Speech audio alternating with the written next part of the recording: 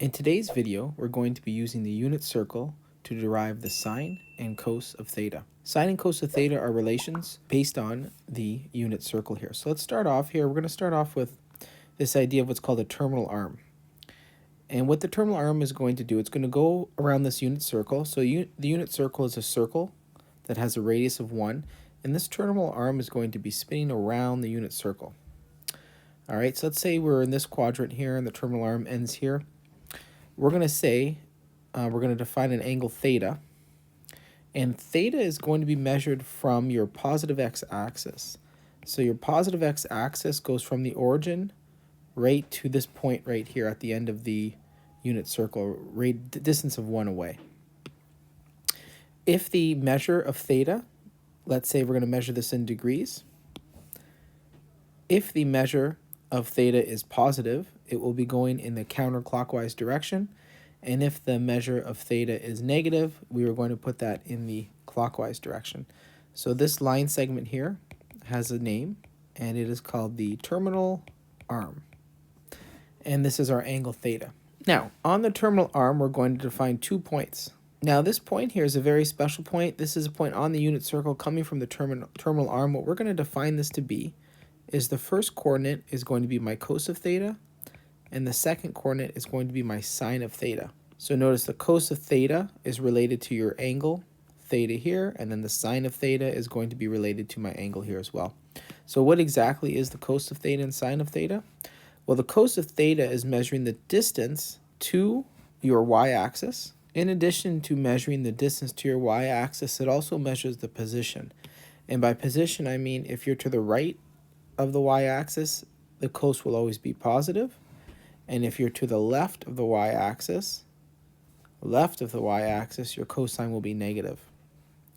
So you can see that in this quadrant here, your cos is always positive. And in this quadrant here, your cos is always negative. But again, it's measuring the distance. So in this case here, as your terminal arm moves around the unit circle, you can see your cosine will be measuring the distance to the y-axis. It'll be all positive. Then the distance to the y-axis becomes negative. Right? These values of cosine are all negative, and then the values of cosine become positive. But it's always monitoring the distance to the y-axis. Likewise, your sine of theta is going to be measuring the distance and position to my x-axis. So we have 2 relations here. One is cos of theta, the other is sine of theta. You know the cosine of theta is distance to my y-axis, and sine of theta is distance to my x-axis.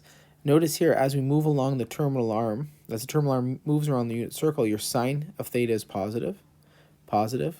Even here, your sine of theta is positive. All of this movement from 0 degrees all the way to 180 degrees, your sine of theta is positive. And then as we move below the x-axis, your sine of theta would be negative because its position to the x-axis is below. And because of that, your sine of theta is negative. Okay, so let's take a look at some sort of easy points to get us going here. Our first point we want to look at is the point right here. At this point here, theta is 0 degrees, right? The measure of the terminal arm from the positive x-axis is 0 degrees as it's on the x-axis. So by definition, this point here would be defined to be the cos of 0, sine of 0.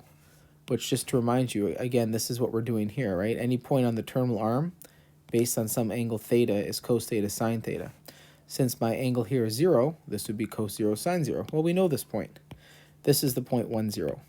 So that means that the cos of 0 degrees is 1 and the sine of 0 degrees is 0. Okay, so that's one point. Now, as we move up and we go here, this is on the unit circle, so you know the point is 0, 1. The measure here is 90 degrees, right? Because that would be the measure from my positive x-axis to my terminal arm is 90 degrees. And again, by definition, this point is the cos of 90 sine of 90 degrees. So therefore, I know the cos of 90 degrees is 0 and the sine of 90 degrees is 1. Okay, let's continue on. As I move in this direction here, I've got a point here. I know this point is -1, 0. The measure here, again, from my positive x-axis to my point here. Again, as we go from my positive x-axis to my point, that's 180 degrees. By definition, this will be the cos of 180, sine of 180 degrees. Therefore, the cos of 180 degrees is -1, the sine of 180 degrees is 0. And notice this aligns with our definition. Your cos of 180 is measuring the distance and position to my y-axis. Well, my distance to the y-axis is 1. It's to the left of the y-axis, so it's -1. And your sine of 180 degrees is measuring distance and position to my x-axis. Well, I'm on my x-axis, so its distance would be 0. Right? Likewise with this point here, the sine of 90 is 1 because the distance from this point to my x-axis is 1, and it's above the x-axis, so it's +1. All right, and let's do our final point here just to get us going on these first 4 points. By definition, this would be the point 0, -1. The measure here would be 270 degrees, and by definition, this is the cos of 270, sine of 270. So therefore, the cos of 270 degrees is 0, and the sine of 270 degrees is -1. And again, you'll notice that this aligns with our definition of sine and cos. My cos of 270 degrees is on the y-axis, so its distance would be 0. And the sine of 270 degrees, its distance to the x-axis is 1. It's below the x-axis, so we would change that to a -1. All right, now that we've got these sort of first 4 points on our unit circle, we want to find some other measures, right? In particular, I want to look at what do we do if my measure is 45 degrees? All right, our goal for today is to define sine and cosine of theta and get them for 16 different points on the unit circle. Well, we now have 4. All right, so now that we've got the 4 points on the unit circle, what we want to look at is what do we do if our measure was 45 degrees? What would be the point here? Cos 45, sine 45. Solving this problem is equivalent to essentially you want to solve the following triangle. If I drop this down, we have ourselves a right angled triangle. If I can find the length of this measure here and the length of this measure here, then we can use that to fill out our cos of 45 degrees and sine of 45 degrees. One thing to keep in mind is that this is on the unit circle, so I know the length of the hypotenuse is 1. As we just discussed here, the hypotenuse has a length of 1. We know that the measure theta was 45 degrees. And since the internal angles of a triangle must add up to 180 degrees, we know that this measure up here must also be 45 degrees. Because of that, we know that this is an isosceles triangle. And since this is an isosceles triangle, we can actually label these both with the same variable. In this case, I'll choose an x. So now this becomes a solvable problem because I have a right angled triangle and I can use Pythagorean theorem. What Pythagorean theorem says is the sum of the squares of the legs of the triangle equal the hypotenuse squared. Well, that means that 2x squared is going to equal 1, which means that x squared is going to equal 1/2. Take the square root of both sides here. When we take the square root of both sides, it's going to be plus or minus, but because we're talking about length, we're going to change that just to a positive. And when you take the square root of a number, you take the square root of the top and square root of the bottom. Square root of 1 is 1, and then the root 2 we leave as is. So therefore we know here that x is going to equal 1 over root 2, and this length here obviously is the same length, will also equal 1 over root 2. Just a brief note here, we've got here 1 over root 2, 1 over root 2.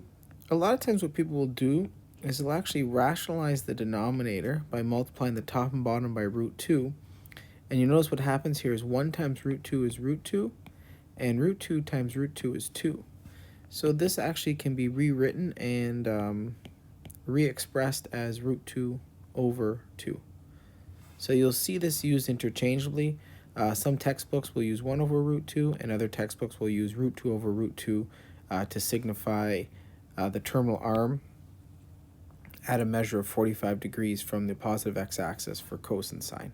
Let's go ahead and fill these new angles out on our unit circle. So now we have some extra points here. I know that at 45 degrees, if I look at a measure of 45 degrees here, let's say theta is 45 degrees, I know that the cos of 45 degrees is 1 over root 2, and the sine of 45 degrees is 1 over root 2. We also know that this point here is going to be the point 1, 0. This point here is the point 0, 1. This point here is negative 1, 0. And lastly, the point down here is 0, negative 1. Okay, so what we want to talk about now is how can I find some more points from this 45-degree measure here? If I go directly across here, you'll notice that the measure from here to here, right, this is the exact same triangle that we have here. This triangle here and this triangle here are exactly the same. So the idea here is this point here is going to be what? The lengths of these are the same, except for one is going in the negative direction. So this will actually be negative 1 over root 2, but the height here is the same for both, so this will be positive 1 over root 2. So what that means here is that this point right here, this is going to represent what? The cos of the angle and the sine of the angle. So the question becomes is what is the angle? Well, the measure from here to here is 45 degrees, and we want to find the measure from here to here. Well, I know that the measure from here to here will be 90 degrees. Going up this way, we're at 90-degree angle. And then you're just adding another 45 degrees. And the reason for that is these two triangles here are right-angled triangles. These are 45 apiece, so this is 45. So this would be 90 plus 45. So this would be the cos of 135 degrees and the sine of 135 degrees. So now we know the cos of 135 and the sine of 135 are going to be, in this case here, the cos of 135 degrees is negative 1 over root 2, and the sine of 135 degrees is 1 over root 2. Okay, continuing on in that way, we can also take this terminal arm and reflect it in this direction here. And by doing that here, this point here, again, it's the exact same triangle. The length will be the same as the length up here. So what do we have here? This is going to be negative 1 over root 2, and now because it's now below, right, the distance from here to here is going to be negative 1 over root 2, and the distance from here to here is the same as the distance from here to here, and therefore the distance will be 1 over root 2, but because it's below the x-axis, it's negative 1 over root 2. And again, what would the measure be from here all the way around to here? Well, that measure is going to be the 180 degrees, which you get from going from here to here will be 180, plus an addition of another 45 degrees, so that'll put you at 225 degrees. One last angle going this way here, same argument applies. This point here will be 1 over root 2 and negative 1 over root 2. What will the measure be? The angle from here to here is 270 degrees, and then we're adding another 45 degrees. So therefore, we're at 315 degrees. So that means that the cos of 315 degrees is 1 over root 2, and the sine of 315 degrees is negative 1 over root 2. Okay, so now we're in a situation where we actually have the measure for cos and sine when theta is 0, 40 degrees, 135 degrees, 180 degrees, 225 degrees, 270 degrees, 315 degrees, and then we're back to our 0-degree measure. All right, so now we want to examine what would happen at the 30-degree measure. What would the cos of 30 and sine of 30 be? All right, so to figure out what the sine and cos of 30 degrees and 60 degrees are going to be, we got to look at this equilateral triangle here. So suppose I have myself an equilateral triangle. I know that if I have an equilateral triangle, the internal angles must all be the same, in which case, since the triangle adds up to 180, these must be 60 apiece. What I want to do here is I want to take a look here. I want to take and draw the altitude line of this triangle. So if I draw the altitude line of this triangle, what we have here is, because it is isosceles, I know that this triangle is going to meet, the altitude line is going to not only meet at 90 degrees, but because it is isosceles, it'll meet in the middle, which means these lengths will be the same. So now, in this situation here, because of that, I know that these triangle on the left and the triangle on the right must be equal, which means the angles must be equal, which means that these angles up here must be 30 degrees each. So I've got this 30, 60, 90 triangle, and I want to find the length of it. Well, Again, I'm on the unit circle, so I know the hypotenuse has a measure of 1. Now, because the length of this line segment here, the hypotenuse of this triangle here is 1, I know that because it is an equilateral triangle, I know the length of this leg must also be 1. But since, like we just argued, must be 50-50, split in half here, this must be a half, and this must be a half. So essentially I want to find this measure here. Let's label that with an x. To find that there, again, we have a right angled triangle. I can go ahead and use Pythagorean theorem, in which case the sum of the squares of the legs of the triangle must equal the hypotenuse squared, in which case here we get x squared plus a quarter must equal 1. Subtracting a quarter on both sides, we get x squared must equal 3/4. Taking our positive square root, you get root 3 over 2. So therefore the length of this leg of the triangle must be root 3 over 2. So let's take a look at what that would look like in terms of our unit circle. Okay, so now let's take a look at our terminal arm. Let's suppose the terminal arm goes up here. Again, we want to find this point here. Now we've already solved this 30, 60, 90 triangle. So this would be 90 degrees here, and then as we discussed, that would be your 30 degrees. And what we want to find out is what is, in this case here, well, we know that we just found out that this was root 3 over 2, and this was a half. Well, my cos of 60 degrees, right? This is going to be the cos, this is going to represent the cos of 60, and this will represent the sine of 60. I know the cos of 60 is going to be a half, and I know that the sine of 60, because again, the sine of 60 is going to be the measure from here to here, that's going to be root 3 over 2. So we've got the cos of 60 is a half, and the sine of 60 is root 3 over 2. So like you can expect here, you can sort of use your reflections. And now I want to take a look at the terminal arm going here. Well, the terminal arm going here, it's going to be the exact same idea. If you go ahead and drop this down, this measure here will also be 60. This will be your 90. This will be 30 degrees. And in which case, this will be root 3 over 2, and this will be a half. Now again, this point here, you have to measure the distance and position. So my position here is going to be a half. It is, or negative a half, I should say. It is a half distance away from the origin, or from the y-axis, either way. But it is also in the left side of the y-axis, so we put a minus sign. And then for my sine here, this will be root 3 over 2. Now for here, my theta value is 60 degrees. Again, your theta measures from your positive x-axis all the way to your terminal arm going counterclockwise.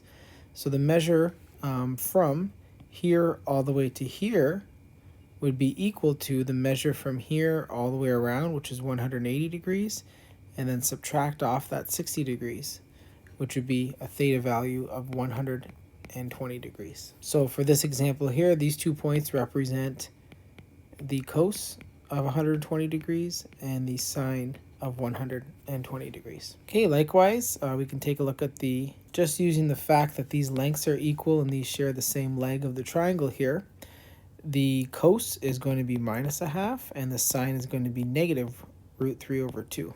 And the theta value here is going to be, if you take a look, we're going from here all the way to here is 180 degrees, and then we're adding another 60 degrees.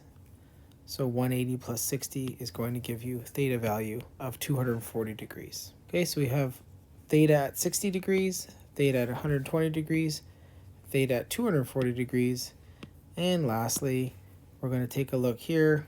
That value here, once again, this will be 60 degrees, this will be 30, and this point here, again, these are the same length here. This point here is going to be positive 1/2 and negative root 3 over 2. And the measure for this angle here, theta, again from here all the way around to here is going to be 270 degrees. And you're not adding 60 this time, you're actually adding 30 degrees, right? Because the leftover measure from here to here is 30 degrees. So therefore we take 270 plus 30 is 300 degrees. So this is going to represent the cos of 300 degrees and the sine of 300 degrees. Okay, now we kind of want to take a look at flipping the triangle and looking at a 30-degree measure. Now, there's always a bit of confusion. Students don't know where do I put the root 3 over 2 and where do I put the half. Obviously, this is my 30, 60, 90 triangle here. What you generally do is larger angle means larger opposite sides. What I mean by that is if you've got two measures, you know that one of the lengths is going to be root 3 over 2, the other is going to be a half. If you're looking at 30-degree measure, that's the smaller angle. Well, root 3 over 2 is approximately 0.87, and obviously 0.1 over 2 is a half. So smaller angle, in this case 30 degrees is smaller, is going to result in a smaller opposite side. So therefore, I know that across from the 30 degrees must always be the half, and across from the 60 degrees must always be root 3 over 2, which means that this point here must be root 3 over 2 and a half. And this must represent the cos of 30 degrees and the sine of 30 degrees. And likewise, we do the same trick, right? So the same reflections going across here, negative root 3 over 2 and positive a half. This is going to represent theta equaling. Now in this case here, the measure is going to go from here to here is 180, and you're backing up 30 degrees. You're subtracting off 30. So that's going to result in a measure of 150 degrees. And continuing this on here, we've got our measure going down here, negative root 3 over 2 and minus 1/2. This is going to be a theta value equal to 210 degrees. And the reason for that is the measure from here to here is 180 plus another 30 gives us our 210. And lastly, we have our measure going all the way over here, at this point right here, root 3 over 2 and minus 1/2. And this is going to represent a theta value equal to, if you notice, one complete rotation is going to be 360 degrees. Subtracting off this measure inside of here is 30, you're going to be left with 330 degrees. So now we've got another 4 points, concluding our 16 points around the unit circle: 30 degrees, 150 degrees, 210 degrees, and 330 degrees. Okay, so now I've got just a generic unit circle kind of labeled out here. So as we talked about here, this is going to be the 0.10, right? And this is going to be a theta value equal to 0 degrees. Then what do we have here first? Let's go through the ones at the theta. Then we went up here in the lesson and we observed that this point here was the 0.01, and this represented a theta value of 90 degrees. This value right here was negative 10, and that represented a theta value of 180 degrees. Then we went over here and this value was 0, negative 1, and that represented a theta value of 270 degrees. Moved on to the 45 degree chunk, if you guys remember, and we discovered that this point is 1 over root 2, 1 over root 2. And that happened when theta was 45 degrees. And again, equivalently, and I won't change this for all of them, this was root 2 over 2, root 2 over 2. Likewise, for the 45 degree angle here, we found that this point, again, you're just going in the negative direction in my x. This will be negative 1 over root 2, 1 over root 2. And this is going to be theta equals 135 degrees. This is going to be negative 1 over root 2, negative 1 over root 2. And if you remember, this is theta equaling is going to be 225 degrees. And this was 1 over root 2, negative 1 over root 2, and that's going to represent theta equaling. We're left with 315 degrees. So now we want to take a look at our 30 degree measures. So in this situation here, we want to look at our first measure here, a 30 degree angle here. Remember, at the 30 degree angle, if you had yourself a 30 degree angle, in case you do forget, you know that smaller angle means smaller opposite side. So like we talked about, the half would go here and the root 3 over 2 would go here, which means that the measure here is going to be root 3 over 2 and positive a half. And this is when theta equals 30 degrees. Okay, going to the next angle here, we're all the way on the opposite side, so reflect that point directly across. This measure here is going to be negative root 3 over 2 and positive a half. And this is going to represent theta equaling 150 degrees. Again, going over here, we've got here your x value is minus root 3 over 2 and y is minus a half. And this is when theta equals 210 degrees. And then lastly, we have our measure here. This is going to be root 3 over 2 and minus 1/2. And this is when theta equals 330 degrees. Okay, moving on, we want to find that final 60 degree angle. So again, for the 60 degree angle, if you remember, you have larger angle here, means larger opposite side. This must be root 3 over 2, and this must be a half. So in this situation here, that means that this point here would have to be 1/2 and root 3 over 2, and that's for theta equaling 60 degrees. This point here must be minus 1/2 and root 3 over 2, and that's when theta equals 120 degrees. And we've got our other point all the way down here. For this point here, your x value is going to be minus 1/2, and my y value will be negative root 3 over 2. And this happens when theta equals 240 degrees. And then lastly, we have our final point here. And this point here is going to be positive 1/2 and negative root 3 over 2. And here your theta value, so that measure is going to be 300 degrees. So this concludes our unit circle. You'll notice here we have all of our points going around the circle. So at 0 degrees, we have our measure 30 degrees, 45 degrees, 60 degrees, 90 degrees, 120, 135, 150, 180, 210, 225, 240, 270, 300, 315, and 330. So as we go around the unit circle here, we generate, just to remind you guys, you're generating different values for cos and different values for theta. Here we have the two different values for cos and sine at 0 degrees, cos and sine at 30 degrees, cos and sine at 45 degrees, 60 degrees, 90 degrees, etc. as you go around your unit circle. Once you pass the 360 degree measure, once you pass that 360 degree measure, it just starts over again. And you keep repeating those exact same values as you rotate around the unit circle. Okay, the next thing we want to do in the next lesson is we'll talk about how do we actually use the unit circle to solve for values of cos and sine and extend that to solving for right-angled triangles. Thank you.